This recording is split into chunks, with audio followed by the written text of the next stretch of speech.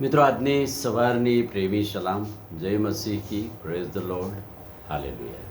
પ્રભુનો આપણે આભાર માનીએ છીએ, પ્રભુના નામને ધન્યવાદ આપીએ છીએ કે અત્યાર સુધી આ માસ દરમિયાન આપણે સુવાર્તા વિશેની વાત જોઈ. જેઓ પ્રભુની સુવાર્તા પ્રગટ કરે છે અને જેઓ સુવાર્તા સ્વીકારે છે એના માટેની જુદી વાતો અને વચનો આપણે શીખતા આવ્યા અને સુવાર્તા પ્રગટ કરવી આપણી ફરજ છે એ આપણે જોયું. પણ જેઓ આ સુવાર્તા સ્વીકારે છે, જેઓને સુવાર્તા મળી, તેઓને બાઇબલ શું કહે છે? તેઓ કેવી રીતે પ્રભુમાં વૃદ્ધિ પામે કે જેથી ન્યાયકાળે તેઓ પણ પ્રભુના રાજ્યસનના ભાગીદાર બને. અને એટલે સુવાર્તા સ્વીકારવી એટલું જ જરૂરી નથી, પણ ત્યાર પછી સુવાર્તામાં વૃદ્ધિ પામવું, પ્રભુના વચનોમાં વૃદ્ધિ પામવું, સાચા ખ્રિસ્તી બનવું, એ બધા પ્રભુના વચનો અહીંયા લખ્યું છે. એટલે પ્રકટીકરણના પુસ્તકમાં તેને ધન્ય છે જેણે સુવાર્તા સ્વીકારી, જે પ્રભુના વચનોમાં વૃદ્ધિ પામ્યા, એને બાઇબલ ધન્ય કહે છે. શું ધન્ય કહે છે? પ્રકટીકરણનું પુસ્તક 1લો અધ્યાય અને તેનું 3જું વચન.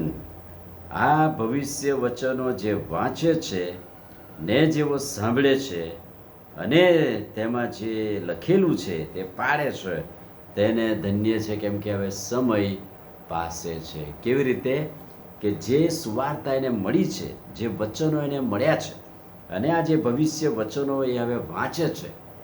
વાંચવું એટલું જ નહીં, પણ સાંભળવું એટલું જ નહીં, પણ પાડવું. અને એને બાઇબલ ધન્ય કહે છે. એ પ્રભુના વચનોથી એને ધન્ય કહે છે. અને એટલા માટે કે હવે પ્રભુનું આગમન કે પ્રભુનો સમય એ નજીક છે. 3 ક્રિયાપદ, 3 ક્રિયાની વાત અહીંયા લખી છે કે જે સુવાર્તા મળ્યા પછી આત્મિક જીવનમાં વૃદ્ધિ પામવા માટેના એક પગથિયા છે. અને એ પગથિયા એ છે કે દેવનું વચન દરરોજ વાંચવું. સુવાર્તા પ્રાપ્ત થયા પછી, પ્રભુ મળ્યા પછી દેવનું જે વચન છે રોજ વાંચવું. એટલે કે આંખોની દ્રષ્ટિનો ઉપયોગ કરીને પ્રભુના દેવના વચનો વાંચવા. ત્યાર પછી સાંભળવું.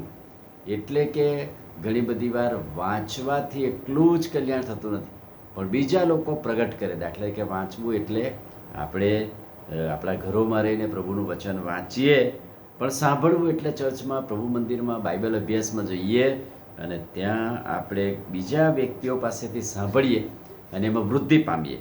અને પછી આખરે પ્રેક્ટિકલ એ છે કે આપણે દરરોજના જીવનમાં એને પાળવું. સાચા સુવાર્તામાં વૃદ્ધિ પામેલા લોકોની આ લાક્ષણિકતા છે અને એને પ્રભુ ધન્ય કહે છે, કેમ કે સમય પાસે છે.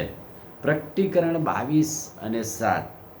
જો હું થોડી વારમાં આવું છું, આ પુસ્તકના જે વચનો, ભવિષ્ય વચનો જે પાડે છે તેને ધન્ય છે. ફરી પાછું પ્રકટીકરણના પુસ્તકમાં એ વાત તાજી કરાવે છે, એ વાત યાદ કરાવે છે કે આ જે ભવિષ્ય વચનો જે સુવાર્તા રૂપે આપણને મળ્યા છે, એ વચનો જે પાડે છે, પુસ્તકમાં લખેલા દેવના વચનો જે સાંભળે પાડે, તેને ધન્ય છે.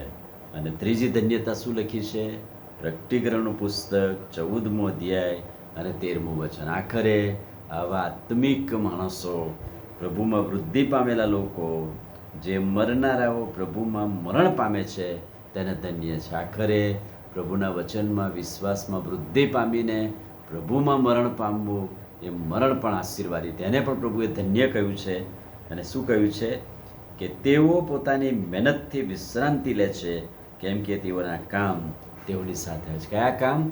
જે સુવાર્તા એમણે સ્વીકારેલી, જે પ્રભુના વચનોમાં વૃદ્ધિ પામેલા, એમણે વાંચ્યું, સાંભળ્યું, પાળ્યું, જીવનમાં વૃદ્ધિ પામ્યા અને પ્રભુનો આશીર્વાદ એમની પર રહ્યો. આમીન. પ્રાર્થના કરીએ. વાલા પ્રભુ, આજે સવારે ખાતરીદાયક અદ્ભુત વચનને માટે આભાર.